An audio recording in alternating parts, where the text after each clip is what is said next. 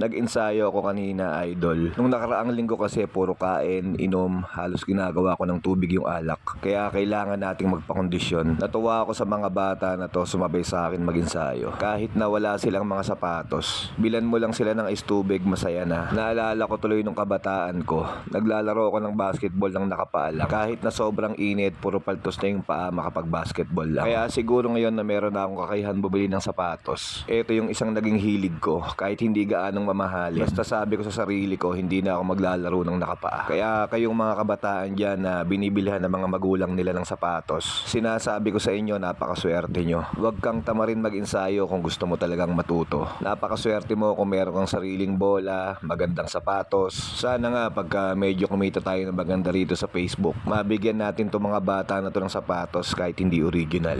Huwag lang silang maglaro ng nakayapak kasi napakadelikado. Yan din ang palagi kong sinasabi kay Master. Napakaswerte mo kasi meron ka agad original na sapatos sa ganyang murang edad. Nung panahon ko, nanghihiram lang ako noon. Alam na mga kababata ko yan. May nangyari pa nga noon, naglalaro ko ng basketball, natanggal yung isang swelas ng sapatos ko. Nakakatawa talaga yun, pero naglaro pa rin ako. Tapos ngayon, eto, nakakapagbigay na ako ng mga sapatos sa mga pinsan ko. Ako naman ngayon yung nagpapahiram ng sapatos sa mga kaibigan kong wala. Wala lang, kwentong sapatos lang. Ensayo muna ako, idol. Ito pala yung mga ilang ginawa kong drills. Shoutout sa lahat ng kabataan na nakasabay ko kanina sa court. Huwag kayong titigil mangarap, mga idol.